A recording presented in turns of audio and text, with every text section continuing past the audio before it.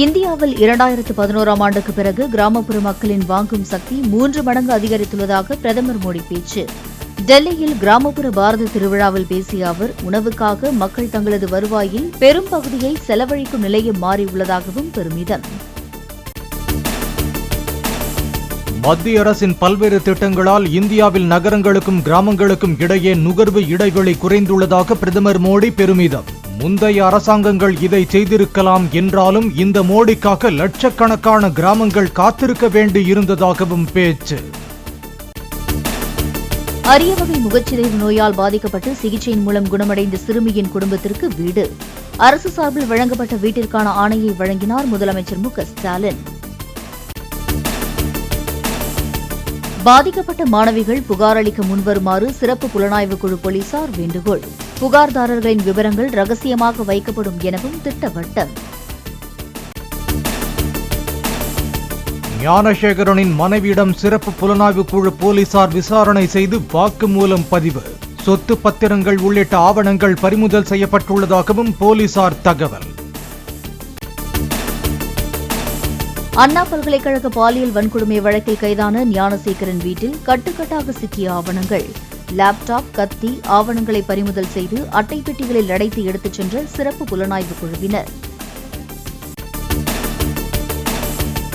அண்ணா பல்கலைக்கழக மாணவி பாலியல் வன்கொடுமைக்கு ஆளான விவகாரம். சட்டப்பேரவையில் சிறப்பு கவன ஈர்ப்பு தீர்மானம் கொண்டு வந்து விவாதிக்க வேண்டும் என சட்டமன்ற செயலாளரிடம் விசிக சார்பில் மனு. அண்ணா பல்கலைக்கழக மாணவி பாலியல் வன்கொடுமை வழக்கில் விசாரணை சரியாக நடத்தப்பட வேண்டும் என திமுக எம்பி கனிமொழி வலியுறுத்தல். யார் அந்த சார் என்பது குறித்து போலீசார் விசாரித்து வருவதாகவும் பேட்டி. அண்ணா பல்கலைக்கழக மாணவி பாலியல் வன்கொடுமை வழக்கில் குற்றவாளிகளை பாதுகாக்கும் நோக்கில் திமுக அரசு தொடர்ந்து செயல்பட்டு வருகிறது. யார் அந்த சார் விவகாரத்தில் போலீசார் முன்னுக்கு பின்முரணாக மாற்றிச் சொன்னது ஏன் எனவும் அண்ணாமலை கேள்வி. உடற்கூறாய்வுக்கு பின் சொந்த ஊரான விக்கிரவாண்டிக்கு கொண்டுவரப்பட்டு அஞ்சலிக்காக வைக்கப்பட்ட குழந்தை லியா லட்சுமியின் உடல். விக்கிரவாண்டி வராகி நதிக்கரை ஓரமுள்ள இடுகாட்டில் சிறுமியின் உடல் நல்லடக்கம். குழந்தை லியா லட்சுமியின் உடலுக்கு வனத்துறை அமைச்சர் பொன்முடி நேரில் அஞ்சலி செலுத்தி பெற்றோருக்கு ஆறுதல். உயிரிழந்த குழந்தையின் குடும்பத்திற்கு முதல்வர் அறிவித்த 3 லட்சம் ரூபாய்க்கான நிதிக்கான காசோலையை பெற்றோரிடம் வழங்கினார்.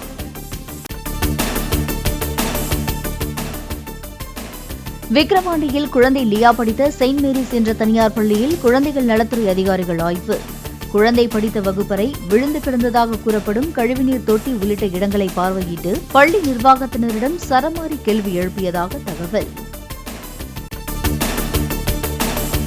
விக்கிரவாண்டி செயின்ட் மேரிஸ் பள்ளி கழிவுநீர் தொட்டியில் மாணவி விழுந்து உயிரிழந்த விவகாரத்தில் கைதான ஆசிரியை ஏஞ்சல் நீதிமன்றத்தில் ஆஜர்.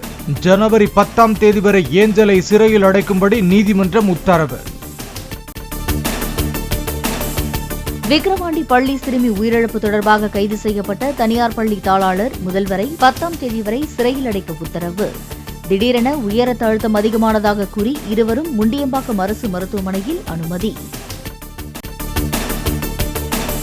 விருதுநகர் மாவட்டம் சாத்தூர் அருகே அப்பைநாயக்கன்பட்டி பகுதியில் உள்ள சாய்நாத் பட்டாசு ஆலையில் வெடி விபத்து. 4 அறைகள் இடிந்து தரைமட்டமான நிலையில் பட்டாசு தயாரிக்கும் பணியில் ஈடுபட்டிருந்த தொழிலாளர்களில் 6 பேர் உயிரிழப்பு. சிவகாசி பட்டாசு ஆலையில் வேதிப்பொருள் கலவையின் போது வெடி விபத்து நடந்ததாக மாவட்ட ஆட்சியர் ஜெயசீலன் தகவல். முழு விசாரணைக்கு பின்னரே அங்கு மேற்கொள்ளப்பட்டுள்ள பாதுகாப்பு ஏற்பாடு குறித்து தெரியவரும் எனவும் விளக்கம். விருதுநகர் மாவட்டம் சாத்தூர் அருகே அப்பைநாயக்கன்பட்டி பட்டாசு ஆலை வெடி விபத்தில் அதன் உரிமையாளர், மேலாளர் உட்பட 4 பேர் மீது வழக்கு பதிவு. அஜாக்கிரதையாக செயல்பட்டு உயிரிழப்பு ஏற்படுத்தியது, உரிய பாதுகாப்பின்றி பணியில் ஈடுபடுத்தியது உள்ளிட்ட 5 பிரிவுகளின் கீழ் வழக்கு பதிவு செய்து விசாரணை. அரசின் மெத்தன போக்கே பட்டாசு ஆலை விபத்துக்கு காரணம் என எடப்பாடி பழனிசாமி குற்றச்சாட்டு. இனியாவது பட்டாசு ஆலைகளில் பாதுகாப்பு நெறிமுறைகள் முறையாக பின்பற்றப்படுவதை உறுதி செய்யுமாறும் வலியுறுத்தல்.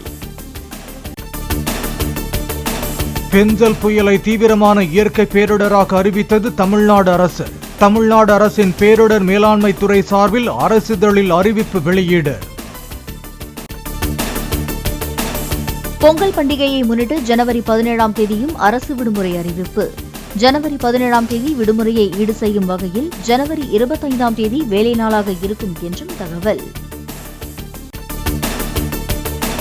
கொடுக்கல் வாங்கலில் சுமார் 2 கோடி ரூபாய் பாக்கி வைக்கப்பட்ட விவகாரத்தில் பிசாசு 2 படத்தை வெளியிட விதிக்கப்பட்ட இடைக்கால தடை நீட்டிப்பு. சென்னை உயர்நீதிமன்றம் உத்தரவு.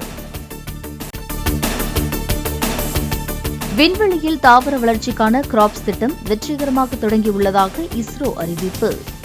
PSLV C-60 ராக்கெட்டின் போயம்-4 களத்தில் வைக்கப்பட்ட காராமணி விதைகள் 4 நாட்களில் முளைவிட்டுள்ளதாகவும் அடுத்த சில நாட்களில் இலைகள் வளரும் எனவும் தகவல். விண்ணில் செலுத்தப்பட்ட ஸ்பேடெக்ஸ் A மற்றும் ஸ்பேடெக்ஸ் B செயற்கைக்கோள்களை ஸ்பேஸ் டாக்கிங் மூலம் இணைக்கும் பணி தீவிரம். புவி தாழ்வு வட்ட பாதையில் நிலைநிறுத்தப்பட்டுள்ள செயற்கைக்கோள்களுக்கு இடையேயான தூரம் 2 கிலோமீட்டராக குறைக்கப்பட்டுள்ளதாக இஸ்ரோ அறிவிப்பு. ஆஸ்திரேலியாவுக்கு எதிரான சிட்னி டெஸ்டில் தனது 2வது இன்னிங்ஸிலும் இந்தியா மோசமான ஆட்டம். 2ஆம் நாள் ஆட்ட நேர முடிவில் 6 விக்கெட்டுகள் இழப்புக்கு 141 ரன்கள் எடுத்துள்ளது. டெல்லியில் அரவிந்த் கெஜ்ரிவால் வீட்டின் முன் ஆர்ப்பாட்டத்தில் ஈடுபட்ட பஞ்சாப் மாநிலத்தைச் சேர்ந்த பெண்கள் கைது. பஞ்சாப் சட்டமன்ற தேர்தலின் போது அளித்த வாக்குறுதிகளை ஆம் ஆத்மி கட்சி அரசு இன்னும் நிறைவேற்றவில்லை என குற்றச்சாட்டு. காஷ்மீரில் ராணுவ வாகனம் கவிழ்ந்த விபத்தில் வீரர்கள் 4 பேர் உயிரிழப்பு. காயமடைந்த வீரர்கள் 5 பேருக்கு மருத்துவமனையில் தீவிர சிகிச்சை என ராணுவம் தகவல். உத்தரப்பிரதேச மாநிலத்தின் அயோத்தியில் சரயு நதிக்கரையில் மகா ஆரத்தி. கங்கையைப் போல சரயு நதிக்கும் ஆரத்தி எடுத்து வழிபாடு. மாலத்தீவில் தொடரும் கனமழையால் தலைநகர் மாலே உள்ளிட்ட பகுதிகளில் கடும் வெள்ளப்பெருக்கு. சாலைகளில் தேங்கிய மழைநீரில் சிக்கிய வாகனங்கள். வெள்ள நீரில் வாகனத்தை ஓட்டிச் செல்லும் மக்கள். துனிசியாவில் படகுகள் கடலில் கவிழ்ந்த விபத்தில் 28 பேர் பலி. ஆப்பிரிக்க நாடுகளில் இருந்து ஐரோப்பிய நாடுகளில் அடைக்கலம் தேடிச் சென்றவர்கள் உயிரிழந்த பரிதாபம்.